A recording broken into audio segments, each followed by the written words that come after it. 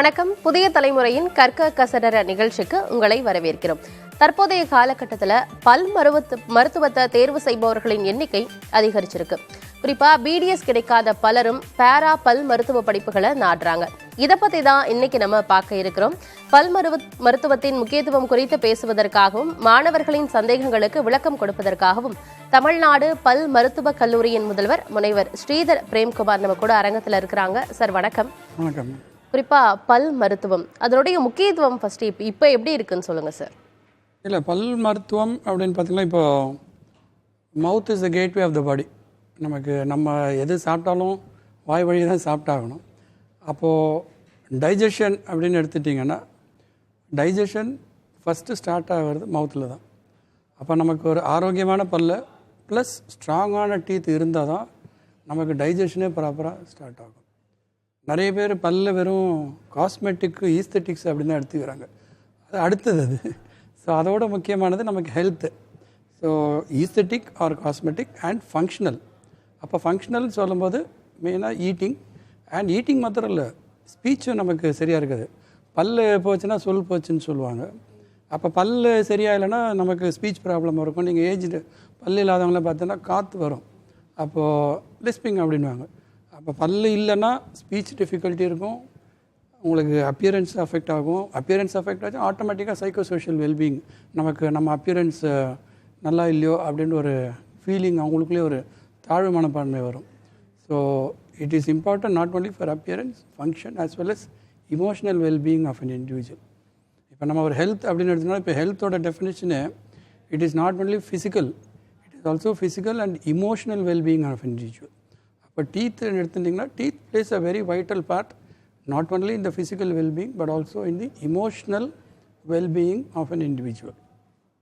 Sir, இந்த வருஷம் இப்போ பல் மருத்துவத்துக்கு எவ்வளவு இடங்கள் இருக்குது, தனியார் கல்லூரிகள் அரசு கல்லூரிகளும் சேர்த்து? நீங்கள் இப்போ தமிழ்நாடுன்னு எடுத்துட்டிங்கன்னாங்க, இப்போது 3 கேட்டகரி இருக்கும். Dental colleges run by government of Tamil Nadu. Okay. அந்த விதத்தில் 3 காலேஜ் இருக்குது. தமிழ்நாடு அரசு பல் மருத்துவக் கல்லூரி சென்னையில், அதில் 100 சீட் இருக்குது.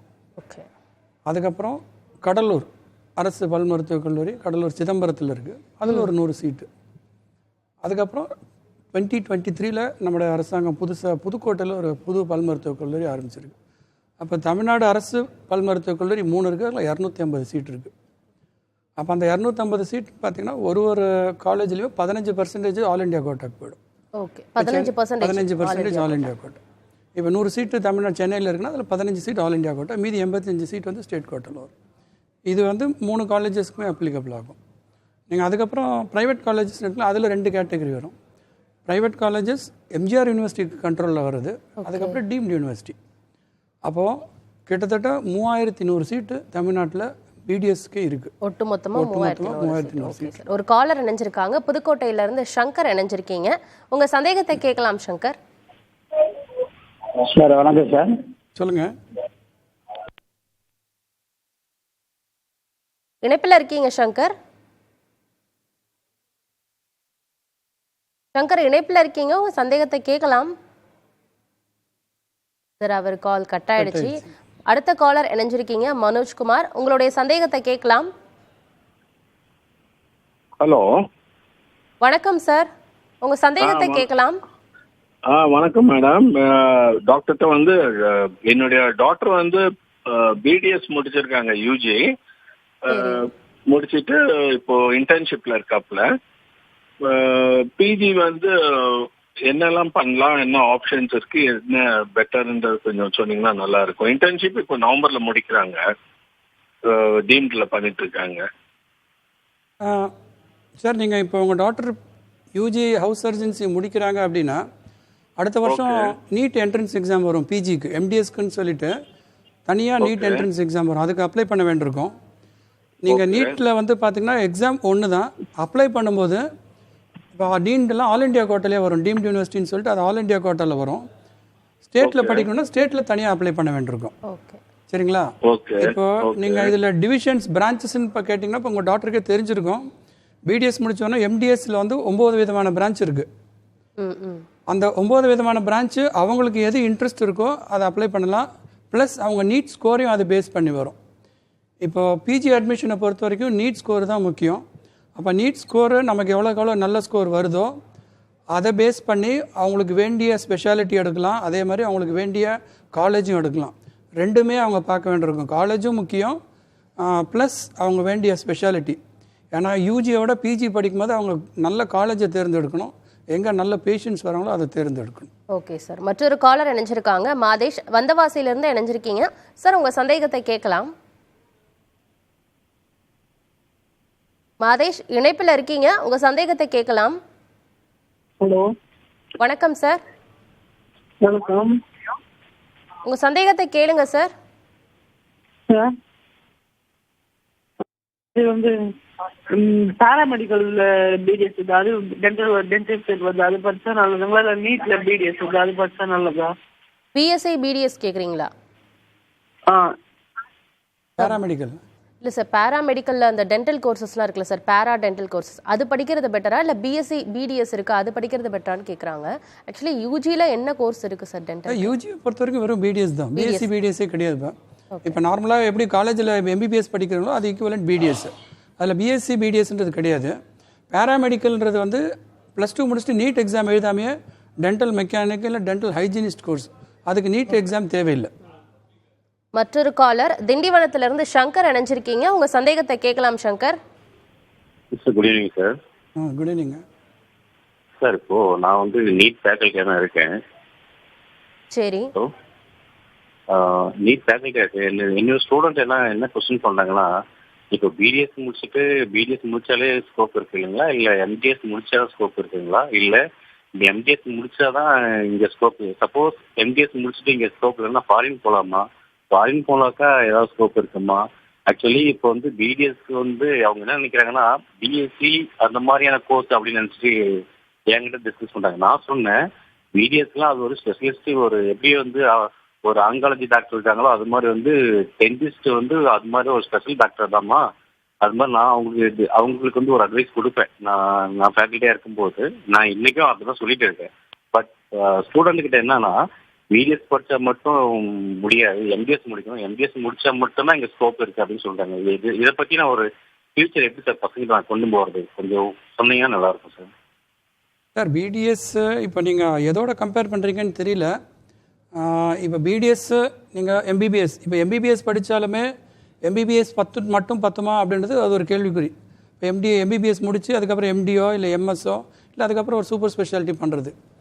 இப்போ பிடிஎஸ் முடிச்சுட்டு ப்ராக்டிஸ் மாத்திரம் பண்ணுறதா இருந்தால் வெறும் பிடிஎஸ்ஸே போகிறோம். நிறைய பேர் பிடிஎஸ்லேயே சக்ஸஸ்ஃபுல்லாக கிளினிக் வச்சு நல்லா ப்ராக்டிஸ் பண்ணிகிட்ருக்காங்க. பட் மேற்கொண்டு எம்டிஎஸ் படிக்கிறதுன்றது இப்போ எப்படி நீங்கள் ஒரு எம்டிஎம்எஸ் பண்ணி ஒரு பர்டிகுலர் இதில் ஸ்பெஷலைசேஷன் பண்ணுறீங்களோ அந்த மாதிரி உங்களுக்கு விருப்பமான ஸ்பெஷலைசேஷன் எடுத்து நீங்கள் படிக்கலாம் எம்டிஎஸ் படிக்கும்போது. அப்போ எம்டிஎஸ் படிக்கும்போது என்ன அட்வான்டேஜ்னால் நீங்கள் ப்ராக்டிஸும் பண்ணலாம், ஒரு காலேஜில் டீச்சராகவும் ஒர்க் பண்ணலாம். இப்போ பிடிஎஸ் முடிச்சிங்கன்னா நீங்கள் ஒரு டீச்சராகவோ ஒரு ஃபேக்கல்ட்டியாகவோ ஒர்க் பண்ண முடியாது, வெறும் ப்ராக்டிஸ் தான் பண்ண முடியும்.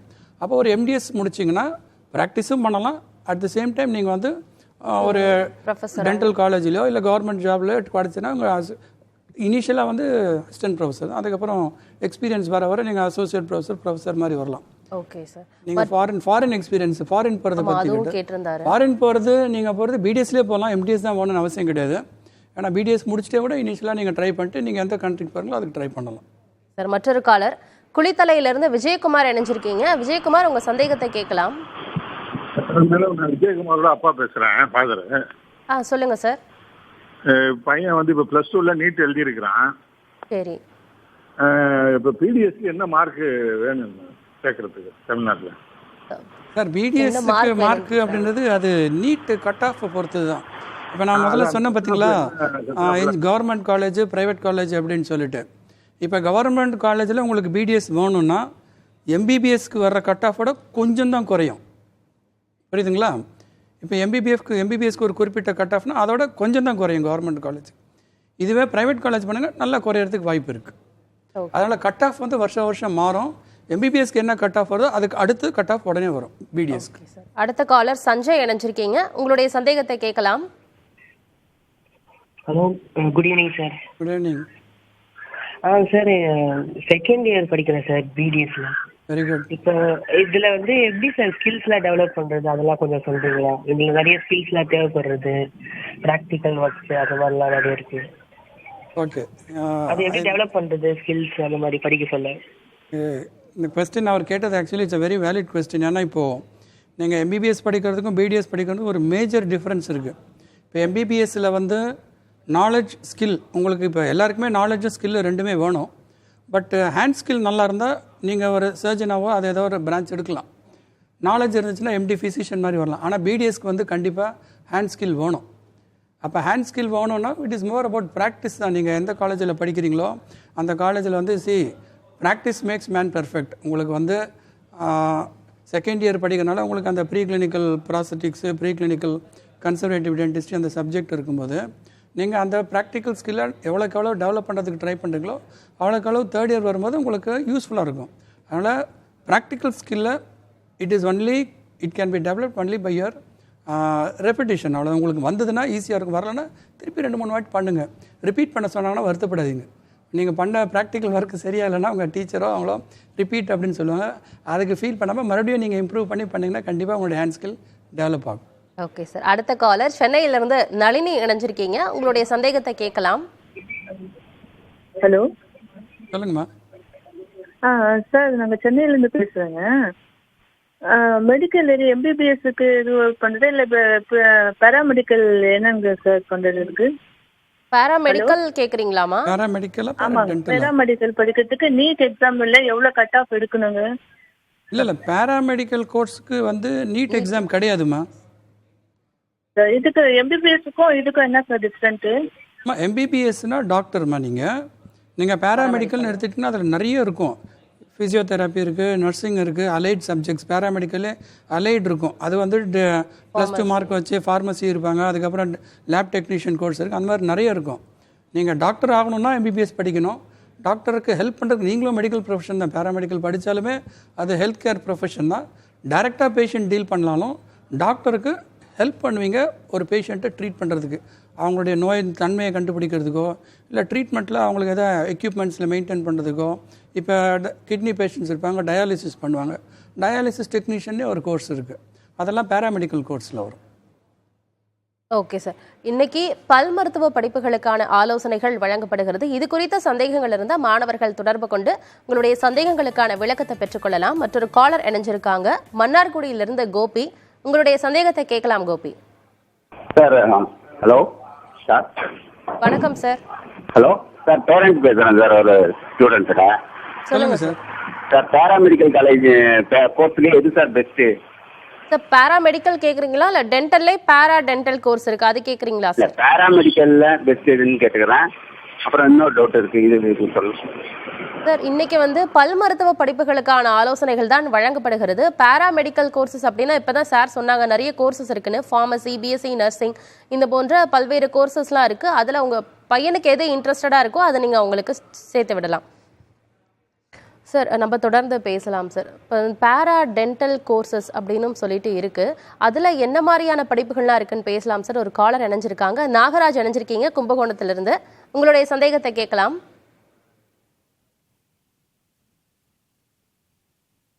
அவங்க கால் கட் ஆயிருச்சு. அடுத்த காலர் தர்ஷினி சென்னையிலிருந்து இணைஞ்சிருக்கீங்க. உங்க சந்தேகத்தை கேட்கலாம். Good morning.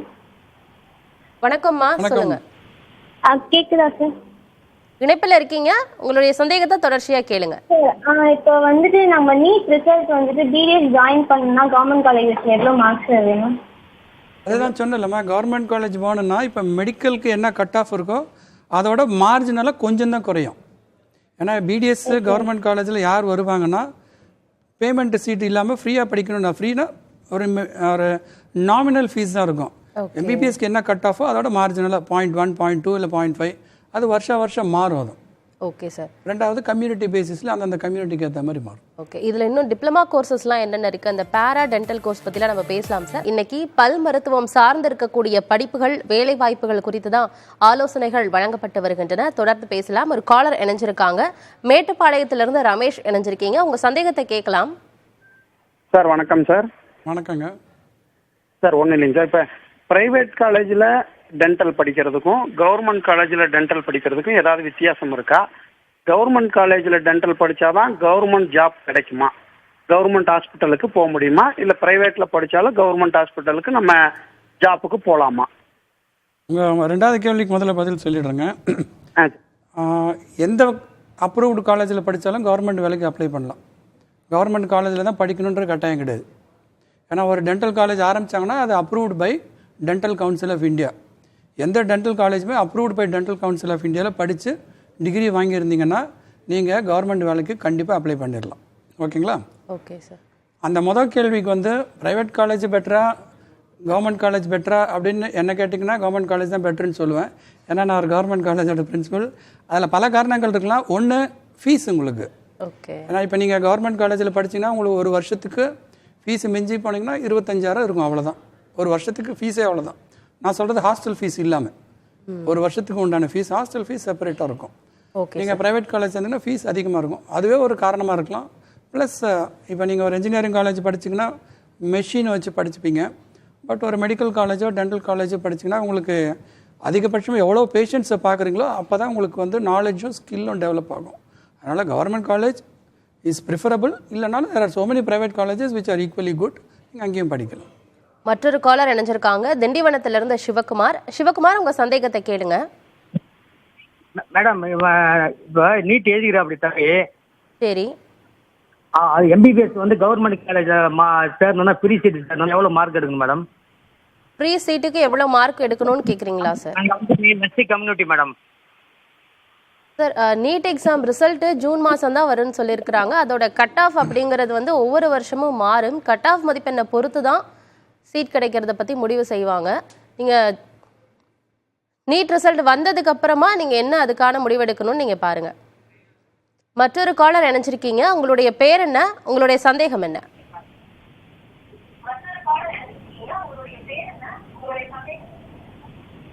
இணைப்பில் இருக்கீங்க.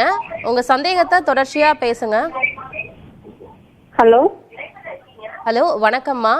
டிவி வால்யூமை கம்மி பண்ணிட்டு நீங்க பேசுங்க, அப்பதான் தொடர்ந்து பேச முடியும். Good evening sir. Paramedical dental course சொன்னீங்க, அதுல எது சார் ஸ்கோப் இருக்க கோர்ஸ்? பேரா டென்டல் அப்படின்னா அதுல ரெண்டு ஸ்கோப் வந்து இப்போ நீங்க தான் கேண்டிடேட்டா? அவங்க தான் சார். ஓகே.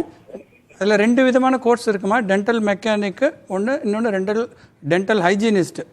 அப்போ யூஸ்வலாக டென்டல் ஹைஜீனிஸ்ட் நம்ம காலேஜில் பார்த்தீங்கன்னா it is reserve for girls. அப்போ டென்டல் ஹைஜீனிஸ்ட் தான் யூஸ்வலாக கேர்ள்ஸுக்கு ரிசர்வ்டு. அதுலேயும் ஸ்கோப் இருக்குது. அதில் நீங்கள் கவர்மெண்ட் ஜாப் கிடைக்கலாம். இல்லைனா அது வந்து டென்டல் சேர் சைடு அசிஸ்டிங் மாதிரியும் ஒர்க் பண்ணலாம். ப்ரைவேட் டென்டல் காலேஜஸ்லேயும் ஒர்க் பண்ணலாம், ப்ரைவேட் கிளினிக்லேயும் ஒர்க் பண்ணலாம். ப்ளஸ் ஃப்யூச்சரில் கவர்மெண்ட் கால் ஃபார் பண்ணாங்கன்னா எம்ஆர்பியில் அப்பயும் நீங்கள் ஜாயின் பண்ணலாம். டென்டல் மெக்கானிக்லேயும் இருக்குது. டென்டல் மெக்கானிக்னால் இப்போ யூஸ்வலாக இந்த செயற்கை பல்லெல்லாம் கட்டுறாங்க பார்த்தீங்களா, அதில் வந்து அந்த லேப் ஒர்க்கெல்லாம் அவங்க தான் செய்வாங்க. அதில் படிச்சிங்கன்னா என்ன அட்வான்டேஜ்னால் நீங்களும் அவங்க லேபை செட் பண்ணலாம். நீங்கள் கவர்மெண்ட் வேலை கிடைக்கா இல்லாட்டி கிடைக்காட்டி நீங்களாம் லேபை செட் பண்ணிக்கிட்டு நீங்கள் வந்து நிறைய டென்டல் கிளினிக்ஸ்க்கு நீங்கள் வந்து அதை கேட்டர் பண்ணலாம். அடுத்த காலர் திருப்பூர்லேருந்து ராஜேஷ் இணைஞ்சிருக்கீங்க. ராஜேஷ், உங்கள் சந்தேகத்தை கேட்கலாம். வணக்கம். வணக்கம் சார். வணக்கம். ஹலோ, சொல்லுங்க சார். வணக்கம் சார். சொல்லுங்க சார். வணக்கம். வணக்கம் சார். ஃபர்ஸ்ட் புதிய தலைமுறையோட இந்த கற்க கசட டீமுக்கு என்னுடைய மனமார்ந்த நன்றி தெரிவிச்சுக்கிறேன் சார். Thank you sir. ரொம்ப யூஸ்ஃபுல்லாக இருக்குது இன்னைக்கு எல்லா ஸ்டூடெண்ட்டுக்கும். ஹலோ, நன்றி சார். உங்களுடைய சந்தேகத்தை சொல்லுங்க. மேடம், இன்னைக்கு பிடிஎஸ் அப்படிங்கிறது எல்லா இடத்துலையும் நிறைஞ்சு இருந்தாலும் இதுக்கு ஹோப் இருக்குமா? மாணவர்கள் வந்து இதை விரும்பி படிக்கலாமா? ஹோப் இருக்குமா, விரும்பி படிக்கலாமா அப்படின்னு கேட்குறாங்க சார். நீங்கள் இப்போ இருக்கிற சூழ்நிலையில் கேட்குறீங்களா, பொதுவாக கேட்குறீங்களா? பொதுவாக தான் சார். Okay sir. எல்லா கோர்ஸுக்குமே ஸ்கோப் இருக்குது. நீங்கள் வந்து அது பிடிஎஸ் தான், எம்பிபிஎஸ் தான், இல்லை பிஎஸ்சின்னு கிடையாது. நீங்கள் இப்போ இன்ஜினியரிங் எடுத்துட்டாலும் எத்தனையோ இன்ஜினியரிங் காலேஜ் இருக்குது. ஆனாலும் இன்ஜினியரிங் முடிச்சுட்டு எத்தனையோ பேருக்கு வேலை கிடைக்க தான் செய்யுது. அந்த மாதிரி பிடிஎஸ்க்குமே உங்களுக்கு நல்லா உங்கள் பையன் நல்லா பையனோ பொண்ணோ நல்லா படிச்சுட்டு ஹேண்ட் ஸ்கில் நல்லா டெவலப் பண்ணி வந்தால் கண்டிப்பாக நல்ல ஸ்கோப் இருக்குது. ஓகே. அடுத்த காலர் மதுரையிலேருந்து பிரியா இணைஞ்சிருக்கீங்க. பிரியா, உங்கள் சந்தேகத்தை கேளுங்க. பிரியா, இணைப்பில் இருக்கீங்க, உங்கள் சந்தேகத்தை கேளுங்க. உங்க கால் கட் ஆயிடுச்சு. அடுத்த காலர் ஹரிதா சென்னையில இருந்து இணைஞ்சிருக்கீங்க. உங்க சந்தேகத்தை கேளுங்க. ஹலோ, வணக்கம். வணக்கம் சார். வணக்கம்மா. சார் பிடிஎஸ் முடிச்சதுக்கு அப்புறம் MSc human anatomy, MSc oral pathology எல்லாம் படிக்கலாம்னு சொல்றாங்க. அதுக்கு வாய்ப்பு இருக்கா? அப்படி படிச்சா ஸ்கோப் இருக்கா? எந்த காலேஜ்ல அந்த மாதிரியான கோர்ஸ்லாம் இருக்கு சார்? எம்எஸ்சி அனாட்டமி படிக்கலாமா? எம்எஸ்சி ஓரல் பேத்தாலஜி தேவையில்லை. ஏன்னா எம்டிஎஸ்லேயே ஓரல் பேத்தாலஜி இருக்குது. இப்போ நீங்கள் 2 கேட்டிங்க. எம்எஸ்சி அனாட்டமி படிக்கலாம். அது இப்போ எய்ம்ஸ்லேயே கூட எனக்கு தெரிஞ்சு நிறைய ஸ்டூடெண்ட்ஸ் பிடிஎஸ் முடிச்சுட்டு எம்எஸ்சி அனாட்டமி படிச்சிருக்காங்க. ரெண்டாவது நீங்கள் எம்எஸ்சி ஓரல் பேத்தாலஜின்னு சொல்கிறீங்க இல்லையா? இப்போ எம்எஸ்சி ஓரல் பேத்தாலஜின்ற கோர்ஸ் இப்போ எனக்கு தெரிஞ்சு இல்லை. எம்டிஎஸ்சில் ஓரல் பேத்தாலஜின்னு இருக்குது. ஓகே, அதுவும் படிக்கலாம். சார், இப்போ அரசு பள்ளி மாணவர்களுக்கு 7.5% ஒதுக்கீடு இருக்கு. ஆனால் பல் மருத்துவத்தில் எவ்வளோ இடங்கள் சார் இருக்கு?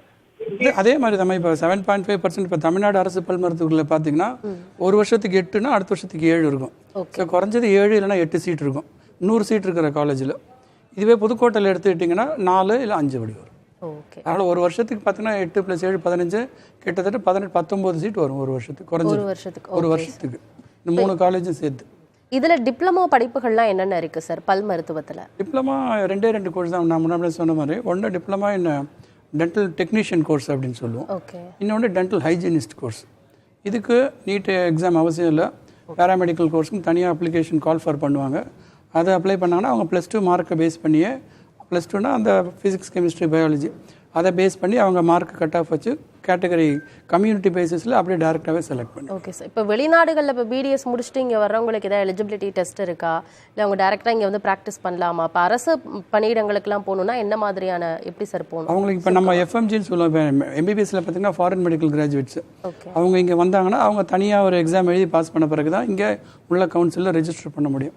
அதே மாதிரி நமக்குமே அங்கேருந்து முடிச்சுட்டு வந்தோம்னா இங்கே ஒரு தனி எக்ஸாம் எழுதி அதுக்கு பாஸ் பண்ண பிறகு தான் ரெஜிஸ்டர் பண்ணாங்க. அவங்க இப்போ டென்டல் கவுன்சில் ஆஃப் இந்தியா, அது தமிழ்நாட்டில் தமிழ்நாடு டென்டல் கவுன்சில் இருக்கும். அதில் அவங்க பதிவு பண்ணிட்டாங்கன்னா அவங்க வந்து கவர்மெண்ட் வேலைக்கும் எலிஜிபிளாக தான் இருப்பாங்க. பல் மருத்துவ படிப்புகள் சார்பாக என்னென்ன வேலை வாய்ப்புகள்லாம் இருக்குது, இவ்வளோ கோர்சஸ்லாம் இருக்குது, இவ்வளோ ஆப்பர்ச்சுனிட்டி இருக்குன்னு பல்வேறு மாணவர்களுடைய சந்தேகங்களுக்கும் விளக்கம் கொடுத்தீங்க சார். நன்றி. தேங்க்யூ. மீண்டும் நாளை சந்திக்கலாம். இணைந்திருங்கள் புதிய தலைமுறையோடு.